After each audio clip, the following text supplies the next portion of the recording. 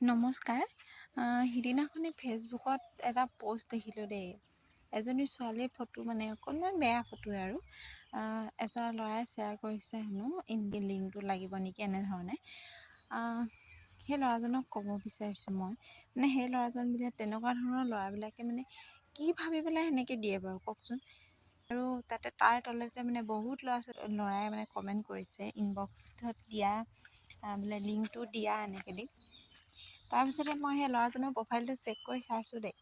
প্ৰফাইলত আছে মাক আৰু ভনীয়েকৰ ফটো এখন দি থৈছে। মা আৰু ভণ্টি এনেকৈ দি থৈছে। এতিয়া মই তেখেতক সেই ল'ৰাজনক কৈছোঁ যদি আজি তোমাৰ সেই ভণ্টিজনীৰ ফটো যদি কোনোবাই তেনেধৰণে ভাইৰেল কৰে তোমাৰ কেনেকুৱা লাগিব নহয় জানো। সেইকাৰণে কৈছোঁ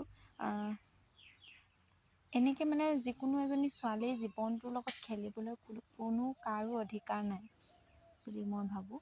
তো সেয়াই আৰু এনেকুৱা ধৰণৰ মানসিকতাৰ ল'ৰাবিলাকক মানে কি ক'ম আৰু আপোনালোকে কি ভাবে কমেণ্ট কৰি জনাই যাব দেই। বাই।